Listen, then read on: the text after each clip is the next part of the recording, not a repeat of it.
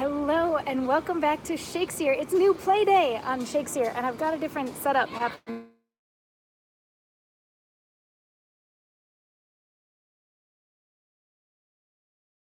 So we've got a different view, we've got a lovely tree, all of that sort of thing.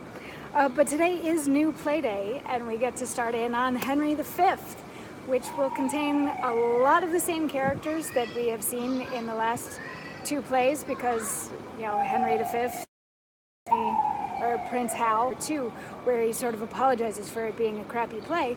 And now we get to kick off Henry V, just Henry V, there's no part to it, he only gets one more play. We get to kick it off with a prologue that begins, "Oh, for a muse of fire that would ascend the brightest heaven of invention. A kingdom for a stage, princes to act, and monarchs to behold the swelling scene, that should the warlike Henry, like himself, assume the port of Mars, and at his heels, leashed in like hounds, should famine, sword, and fire crouch for employment. But pardon, gentles all, the flat, unraised spirits that have dared on this unworthy scaffold to bring forth so great an object. Can this cockpit hold the vasty fields of France? Or may we cram within this wooden O the very casques that did affright the air at Agincourt? Oh, pardon, since a crooked figure may attest in little place a million, and let us, ciphers to this great accompt, on your imaginary forces work.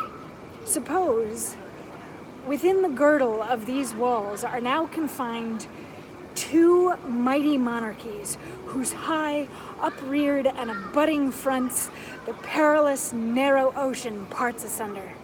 Piece out our imperfections with your thoughts. Into 1,000 parts divide one man, and make imaginary puissance.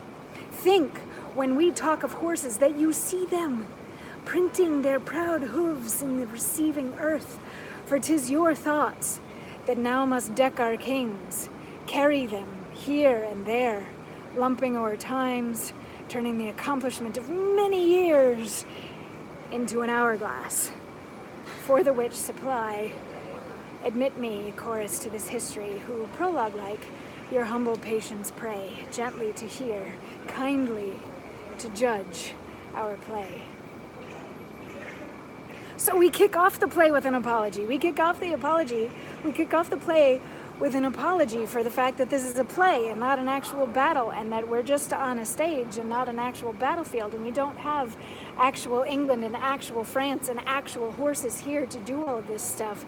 But we need you as the audience to please just suspend your disbelief and go with it. And we have this story to tell that hopefully will be an exciting story for you, maybe, hopefully, if you can look past the fact that it's kind of a sad production. Because that jazzes up an audience, right? So tomorrow we get to dive in and start to see what sort of exciting action is going on in this play as we dig into Henry V. I will see you tomorrow for more. Mwah.